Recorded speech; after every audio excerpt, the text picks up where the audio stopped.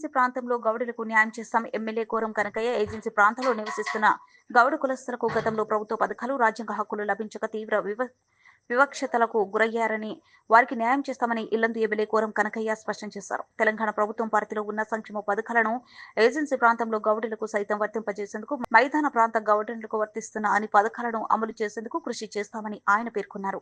బయ్యారం మండల కేంద్రంలో ఆదివారం తెలంగాణ రాష్ట్ర ఏజెన్సీ ప్రాంతాల గౌడ పరిరక్షణ కమిటీ ఆధ్వర్యంలో ఆత్మీయ సమ్మేళనం నిర్వహించారు.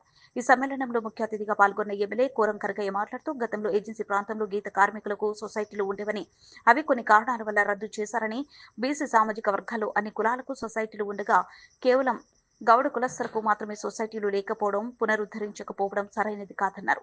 ముఖ్యమంత్రి రేవంత్ రెడ్డి దృష్టికి ఏజెన్సీ ప్రాంతాల గౌడులు ఎదుర్కొంటున్న సమస్యలు తీసుకువెళ్లి వాటిని పరిష్కరిస్తామని హామీ ఇచ్చారు. తెలంగాణ రాష్ట్ర ఏజెన్సీ ప్రాంతాల గౌడ పరిరక్షణ కమిటీ గౌరవ అధ్యక్షులు గుంట్ల నర్సయ్య గౌడ్ మాట్లాడుతూ, గత 5 దశాబ్దాలుగా ఏజెన్సీ ప్రాంతంలో గౌడలకు తీవ్ర కష్ట నష్టాలు ఎదురయ్యాయని ఆవేదన వ్యక్తం చేశారు. మా ప్రాంతానికి చెందినటువంటి ఒక గిరిజన నాయకుడు మరి మీకున్నటువంటి 1% ఉన్నటువంటి తాళ్ళు కూడా ఆదివాసులకు తీసుకోవాలని చెప్పి ఒక జీవో తీసుకొచ్చి ఈ ప్రాంతాల్లో ఉన్నటువంటి గౌడసం కూడా అన్యాయం జరిగిందన్నమాట వాస్తవం.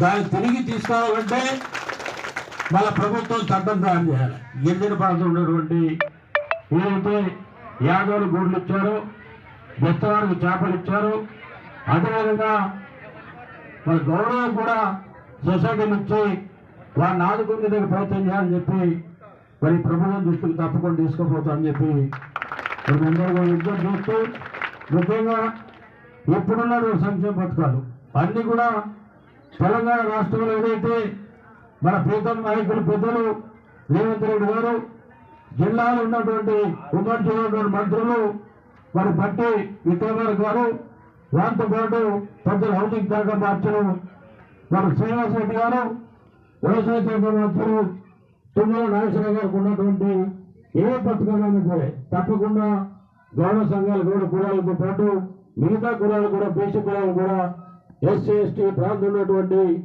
కుటుంబాలన్నిటి కూడా, అదేవిధంగా పేదలు నిరుపేదమైనటువంటి కుటుంబాలన్నీ కూడా అన్ని విధంగా తప్పకుండా మరి ప్రయత్నం చేస్తామని చెప్పి హామీ ఇస్తున్నా.